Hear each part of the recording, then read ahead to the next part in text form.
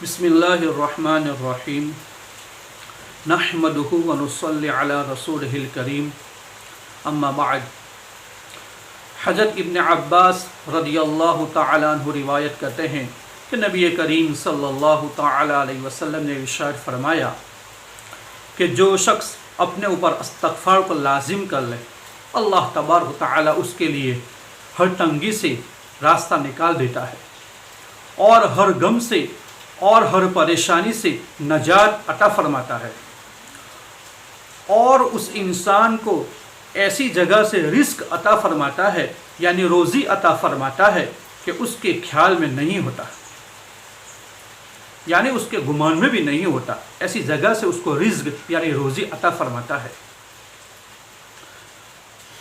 تو نبی کریم صلی اللہ تعالی علیہ وسلم کی اس حدیث سے معلوم ہوتا ہے کہ ہماری زندگی کے اندر بھی کوئی غم آ جائے، کوئی پریشانی کا شکار ہو جائے، تو ہمیں بھی چاہیے کہ استغفار کو لازم کر لے، یعنی استغفار کو کثرت سے پڑھا کرے،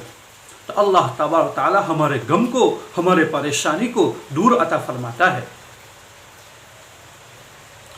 اور اگر کوئی روزی کی تنگی سے پریشان ہے، رزق کی تنگی سے پریشان ہے، اس کو بھی چاہیے تو اس حدیث پر عمل کرے، یعنی استغفار کی کثرت کرے، یعنی اٹھتے بیٹھتے چلتے پھرتے استغفار کا ورد کرا کرے، یعنی استغفر اللہ الذی لا الہ الا هو الحی القیوم واتوب الیہ، ہر حال میں استغفار کو پڑھا کرے، اللہ تبارک و تعالیٰ اس کی ہر تنگی سے، ہر پریشانی سے چھٹکارا عطا فرماتا ہے، یعنی نجات عطا فرماتے ہیں۔ اور یہاں تک آتا ہے کتابوں کے اندر کہ اگر کوئی اولاد کی نعمت سے محروم ہے،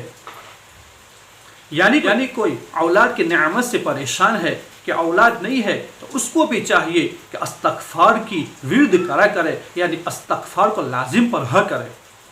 کہ اٹھتے بیٹھتے چلتے پھرتے ہر حال میں استغفار پڑھا کرے۔ اللہ تبارک تعالیٰ سے امید ہے کہ اس حدیث شریف کی برکت سے اور استغفار کی برکت سے اللہ تبارک تعالیٰ اس کو اولاد کی نعمت سے بھی مالا مال کرے گا۔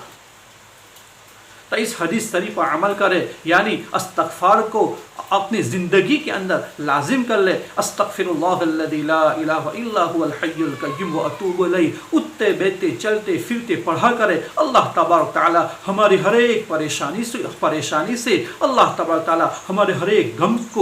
کو دور کرے گا، اور روزی کی پریشانی بھی ختم ہو جائے گی۔ اللہ تبارک تعالیٰ سب سے پہلے مجھے اور آپ لوگوں کو بھی اس حدیث پر عمل کرنے کی توفیق عطا فرمائے۔ اس حدیث شریف کو جتنا ہو سکے اتنا آگے شیئر کرے، تاکہ دوسروں تک بھی یہ حدیث پہنچ جاوے، وہ بھی عمل کرنے والا بن جاوے۔ وآخر دعوانا ان الحمد للہ رب العالمین۔